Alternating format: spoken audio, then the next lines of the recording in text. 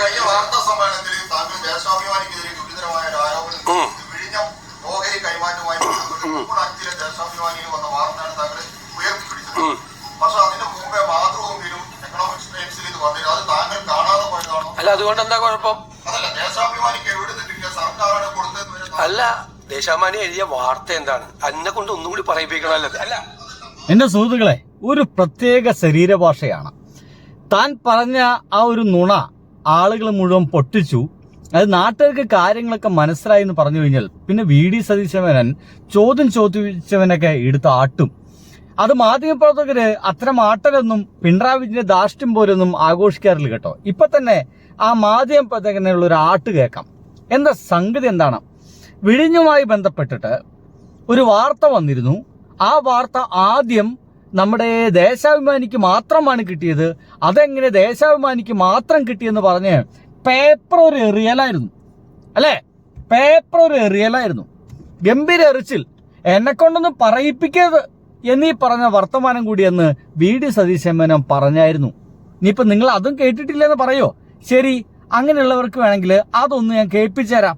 നിങ്ങൾക്ക് ഒരു മാധ്യമങ്ങൾക്കും കിട്ടാത്ത വാർത്ത വിഴിഞ്ഞത്ത് വരും. ഞാനിപ്പോഴാണ് കാണുന്നത്, ഇന്നലെയാണ് കാണുന്നത്. വിഴിഞ്ഞത്ത് വരും MSC ടെർമിനൽ ഓഹരി വാങ്ങാനുള്ള ചർച്ച വേഗത്തിലാക്കി.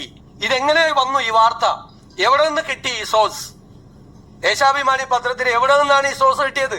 5-ാം തീയതി MSC വരും. മുഖ്യമന്ത്രി സുഹൃത്തുക്കളെ, MSC വരും എന്നുള്ള വാർത്ത ദേശാഭിമാനിക്ക് മാത്രം 5-ാം തീയതി എവിടെ നിന്ന് കിട്ടിയെന്നാ ചോദിച്ചേ. 5-ാം തീയതി അദ്ദേഹം കൊട്ടിഘോഷിച്ച് പറഞ്ഞൊരു സംഗതിയായിരുന്നു.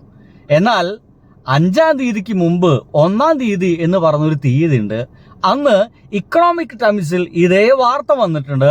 അതിനുശേഷം 2-ാം തീയതി എന്ന് പറയുന്ന ഒരു ഡേറ്റ് ഉണ്ട്. അന്ന് മാതൃഭൂമി എന്ന് പറയുന്ന പത്രത്തിൽ ഇതേ വാർത്ത MSC വാർത്ത വന്നിട്ടുണ്ട്. അതും കഴിഞ്ഞ് 3-4 കഴിഞ്ഞ് 5-ാം തീയതിയാണ് ദേശാഭിമാനി ഒരു വാർത്ത വന്നത്. പക്ഷേ ദേശാഭിമാനി വി.ഡി. സതീശൻ കൃത്യമായിട്ട് വായിക്കുന്നുണ്ട്. അപ്പോൾ ഇത് ദേശാഭിമാനിയിൽ മാത്രമേ ഈ വാർത്ത വന്നിട്ടുള്ളൂ എന്ന് പറയുന്ന ഒരു യമണ്ടൻ വർത്തമാനം, അത് എങ്ങനെയെങ്കിലും LDF-നെ താറടിക്കാൻ പറ്റുന്ന വർത്തമാനമാണ് താൻ, അല്ലെങ്കിൽ ഒരു ഡയലോഗാണ്, ഒരു വലിയ അവസരമാണെന്ന് കരുതിയ വി.ഡി. സതീശൻ മേനോൻ അത് ഇട്ടങ്ങണ്ട് അലക്കി. സത്യം പറഞ്ഞു കഴിഞ്ഞാൽ അത് അലക്കി ഒരു മണിക്കൂറിനുള്ളിൽ സോഷ്യൽ മീഡിയ അത് പൊട്ടിച്ചു. ഇങ്ങനെ നുണ പറയല്ലേ 24 മണിക്കൂറും. ഈ നുണ പറയാൻ വേണ്ടി മാത്രമായിട്ട് പത്രസമ്മേളനം കൂടരുതെന്നടക്കം മാധ്യമപ്രവർത്തകർ പറയാൻ തുടങ്ങി. എന്തായാലും അന്ന് തന്നെ P. രാജീവ് അതിനുള്ളൊരു ഉത്തരം കൊടുത്തിരുന്നു കേട്ടോ. എന്നറിയുന്നതിൽ ഏറെ സന്തോഷമുണ്ട്. ഇപ്പൊ നിങ്ങൾ നോക്കൂ, ഇത് അതിന് മുൻപ് ജൂൺ 3-ന് വന്ന മാതൃഭൂമി പത്രമാണ്. ജൂൺ 3-ാം തീയതി വന്ന മാതൃഭൂമി പത്രമാണ്. അപ്പൊ ഈ മാതൃഭൂമി പത്രത്തിൽ അദാനി കമ്പനിയിൽ MSCക്ക് ഓഹരി പങ്കാളിത്തം പരിഗണനയിൽ ഈ വാർത്ത ജൂൺ 3-ന് മാതൃഭൂമി പത്രത്തിൽ വന്നിട്ടുണ്ട്. അതിന് മുൻപ് അതിന്റെ സോഴ്സ് അപ്പൊ ഗവൺമെന്റ് ആണോ അതിന്റെ സോഴ്സ്? അന്നത്തെ ഗവൺമെന്റ്. അതിന് മുൻപ് ജൂൺ 1-ന് തന്നെ ET എക്കണോമിക് ടൈംസിന്റെ ഇൻഫ്രയിൽ ജൂൺ 1-ന് തന്നെ ഈ വാർത്ത വളരെ വിശദമായി വന്നിട്ടുണ്ട്. ഈ വാർത്ത വന്നതൊന്നും സത്യം പറഞ്ഞു കഴിഞ്ഞാൽ വി.ഡി. സതീശൻ മേനോൻ അന്ന് കണ്ടില്ല, അന്ന് അറിഞ്ഞില്ല. അപ്പൊ അങ്ങനെയുള്ളൊരു തള്ളായിരുന്നു അദ്ദേഹം നടത്തിയിരുന്നത്. ആ തള്ള് പൊളിഞ്ഞു.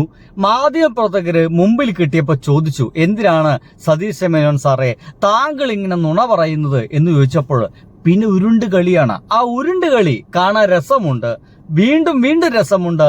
മാധ്യമപ്രവർത്തകരെ ആക്ഷേപിക്കുമ്പോഴും അത് കാണാൻ രസമുണ്ട്. കാരണം ഇദ്ദേഹത്തിന്റെ ആക്ഷേപങ്ങളും മിണ്ടാതിരിക്കണം, ഇനി നിങ്ങൾ മിണ്ടരുത്, ഞാൻ ഉത്തരം പറയുമ്പോൾ നിങ്ങൾ ചിലക്കരുത് എന്നീ പറയുന്ന വർത്തമാനങ്ങളൊന്നും മാധ്യമപ്രവർത്തകർക്ക് ധാർഷ്ട്യമായിട്ടും അഹങ്കാരമായിട്ടും ഒന്നും തോന്നുന്നില്ല എന്നത് വേറൊരു രസകരമായിട്ടുള്ള കാര്യമാണ്.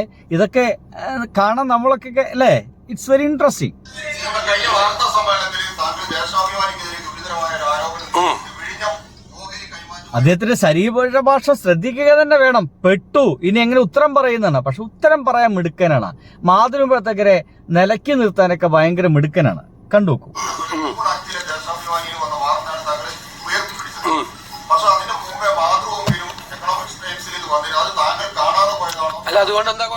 അതുകൊണ്ട് എന്താ കുഴപ്പം? ഇതിനെയാണ് U-ടേൺ അടിക്കുക എന്നൊക്കെ പറയാ, അല്ലെങ്കിൽ മലക്കം പറയുക എന്നൊക്കെ പറയുന്നത് ഇതിനെയാണ്. ഇപ്പൊ അത് പറയുന്നു, അതുകൊണ്ട് എന്താ കുഴപ്പം? താങ്കൾ തന്നെയല്ലേ അതൊരു കുഴപ്പമായിട്ട് അവതരിപ്പിച്ചത്? ഞങ്ങളാണോ? ഇവിടുത്തെ മാധ്യമപ്രവർത്തകരാണോ? ഇവിടുത്തെ യൂട്യൂബേഴ്സ് ആണോ? എന്താണ് ദേശാഭിമാനിയിൽ വന്ന വാർത്ത, അല്ലെങ്കിൽ ദേശാഭിമാനിയിൽ മാത്രമേ വാർത്ത വന്നിട്ടുള്ളൂ എന്ന് പറഞ്ഞുകൊണ്ട് അത് LDF അല്ലെങ്കിൽ CPM വാർത്ത ദേശാഭിമാനിക്ക് മാത്രമായിട്ട് കൊടുത്തതാണ് എന്ന രീതിയിലൊരു അവതരണ രീതി അത് ചെയ്തത് ഇവിടുത്തെ മാധ്യമപ്രവർത്തകരല്ലോ, താങ്കളല്ലേ. ഇത് താങ്കളോട് ഇപ്പൊ ചോദിക്കുമ്പോൾ പറയുന്നു അതിനെന്താ കുഴപ്പമെന്ന്. ഇതിനെന്തിനാ പറയുക? ഇതെന്ത് നിലപാടെന്നാ പറയുക? ഇതിന് U-ടേൺ നിലപാടല്ലാതെ പിന്നെ വേറെ എന്തെന്നാണ് നമ്മളൊക്കെ വിളിക്കേണ്ടത്? ഇനി വേറെ എന്തെങ്കിലുമൊക്കെ പേരൊക്കെ ഉണ്ടെങ്കിൽ കണ്ടെത്തേണ്ടിയിരിക്കുന്നു. ഇത് ഭയങ്കര നിലപാട് ചോർച്ചയാണ് കേട്ടോ. ഇത് ഖജനാവ് ചോർച്ചയൊന്നുമല്ല, ഇത് നിലപാടില്ലായ്മയാണ്, ആർജവുമില്ല എന്നാണ്, പറഞ്ഞ വാക്കിന് വിലയില്ലായ്മയാണ്. കേൾക്ക്. ദേശാഭിമാനിക്ക് എവിടെ നിന്ന് കിട്ടിയ സർക്കാരാണ് കൊടുത്തത്? അല്ല, ദേശാഭിമാനി എഴുതിയ വാർത്ത എന്താണ്? എന്നെ കൊണ്ട് ഒന്നുകൂടി പറയിപ്പിക്കണല്ലോ. ഇപ്പതാ എന്നെ കൊണ്ട് ഒന്നുകൂടി പറയിപ്പിക്കണല്ലോ എന്നാണ്. എന്തൊരു വർത്തമാനമാണിത്? ഒരു മുഖ്യമന്ത്രിക്ക് ചേർന്ന വർത്തമാനമാണോ? എന്നെ കൊണ്ട് പറയിപ്പിക്കരുത്. ഇതൊക്കെ നമ്മൾ ഈ എന്താ പറയുക, ഈ അയൽവാസി തല്ലുകളില് അല്ലെ ഏറ്റവും ലോ ക്ലാസ് എന്നൊക്കെ പറയുന്ന രീതിയിലുള്ള വർത്തമാനങ്ങളാണ്. എന്നെ കൊണ്ട് വീണ്ടും പറയിപ്പിക്കരുത്. എന്താ പറഞ്ഞാൽ ചോദ്യങ്ങൾക്ക് ഉത്തരം പറയാനുള്ള ബാധ്യത ആ സ്ഥാനത്ത് നിൽക്കുന്ന ആളുകൾക്കില്ലേ? അത് മാധ്യമപ്രവർത്തകർ ചോദിക്കുമ്പോൾ അതിന്റെ മാന്യമായ ഉത്തരം പറയേണ്ടത് ഇവർ തന്നെയല്ലേ? അല്ലേ? നീ കേൾക്ക്. നിങ്ങൾ പറയാ, അതല്ലേ ചോദിച്ചത്? അതേ ചോദ്യമല്ലേ ഇപ്പൊ ചോദിച്ചത്? വീണ്ടും അത് തന്നെ ചോദിക്കുവാണ്. ദേശാഭിമാനിയിൽ വന്ന വാർത്ത എന്താ? MSc വരുന്നു വിദേശ നിക്ഷേപവുമായി. LDF സർക്കാരിന്റെ കണ്ടില്ലേ? ചോദ്യം ഇതൊന്നുമല്ല. വന്ന വാർത്തയെ കുറിച്ചോ വാർത്തയുടെ എങ്ങനെ എഴുതി അതൊന്നുമല്ല. അന്നത്തെ സംഗതി എന്തായിരുന്നു? ദേശാഭിമാനിയിൽ മാത്രം വാർത്ത വന്നു എന്ന് പറഞ്ഞേ അല്ലേ? മാത്രം വാർത്ത വന്നു എന്ന് പറഞ്ഞേ. ഇനിയിപ്പോ അതും വളരെയധികം കൺഫ്യൂഷനുള്ള ആളുകളൊക്കെ ഉണ്ടാവും. അതുകൊണ്ട് ഒന്നുകൂടി ഞാനത് വേണമെങ്കിൽ കാണിച്ചു തരാമെന്ന് വിചാരിക്കുന്നു. നിങ്ങൾക്ക് ഒരു മാധ്യമങ്ങൾക്കും കിട്ടാത്ത വാർത്ത വിഴിഞ്ഞത്ത് വരും. ഞാനിപ്പോഴാണ് കാണുന്നത്, ഇന്നലെയാണ് കാണുന്നത്. വിഴിഞ്ഞത്ത് വരും MSc ടെർമിനൽ. നിങ്ങൾക്ക് ഒരു മാധ്യമപ്രവർത്തകരും കിട്ടാത്ത വാർത്ത എന്ന രീതിയിലായിരുന്നു അന്ന് സതീശ മേനോൻ അവതരിപ്പിച്ച് ആ ഒരു സംഗതി ചോദിക്കുമ്പോൾ ഇദ്ദേഹം ഇങ്ങനെ പ്രക്ഷോഭിതനാവുന്ന എന്തിനാണ്? ദേശാഭിമാനിയിൽ വന്ന വാർത്ത എന്താ? MSc വരുന്നു വിദേശ നിക്ഷേപവുമായി. LDF സർക്കാരിന്റെ ദീർഘവീക്ഷണം. ദീർഘവീക്ഷണം. എന്നിട്ട് പ്ലീസ് ഞാൻ ആൻസർ ചെയ്യുമ്പോ അങ്ങ് ഇടപെടാൻ പാടില്ല. പ്ലീസ് 3 ചോദ്യം ഒരേ ചോദ്യം ചോദിച്ചിട്ട് വീണ്ടും ഞാൻ സംസാരിക്കുമ്പോൾ ഇടപെടാൻ പാടില്ല. പ്ലീസ് ഒരു മര്യാദ പത്രസമ്മേളനത്തിൽ മാധ്യമ പ്രവർത്തകനാണെങ്കിലും കാണിക്കണം. കണ്ടില്ലേ? ഇത് ധാർഷ്ട്യമേ അല്ല കേട്ടോ. VD സതീശൻ മേനോൻ ഒന്ന് സ്നേഹിച്ചതാണ് മാധ്യമപ്രവർത്തകരെ. അങ്ങനെ എഴുതാൻ പാടുകയുള്ളൂ കേട്ടോ. ശരി, ബാക്കി പോട്ടെ. മറുപടി കേക്ക്. എന്നിട്ട് 13,000 കോടി രൂപ വരുന്നു. ഈ MScയുടെ നിക്ഷേപം പിണറായി സർക്കാരിന്റെ ദീർഘവീക്ഷണം എന്ന് വാർത്ത കൊടുത്തിട്ട് അതേ പിണറായി വിജയൻ വന്ന് ഞാനുമായിട്ട് ഗൂഢാലോചന നടത്തിയിട്ടാണ് MSc വരുന്നതെന്ന് പറഞ്ഞപ്പോ പറഞ്ഞാണ്. ഇനിയില്ല, ഇനി വർത്തമാനമില്ല. അതായത് ആ ചോദ്യത്തിൽ ഉരുണ്ട് കളിക്കുന്നു അർത്ഥം. ഇതൊന്നുമല്ല ചോദ്യം. പിണറായി വിജയൻ അത് കൊണ്ടുവന്നോ ഇതേം വരുമ്പോ അത് ചീത്ത പറഞ്ഞു, ഇതൊന്നുമല്ല.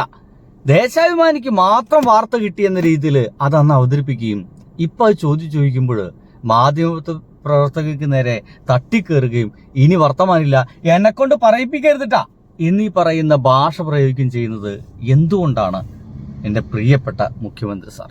ഇത് ഭയങ്കര മോശമല്ലേ ഇങ്ങനെയുള്ള ഒരു ഉരുണ്ടുകളി? അപ്പോൾ സുഹൃത്തുക്കളെ, ബൈ.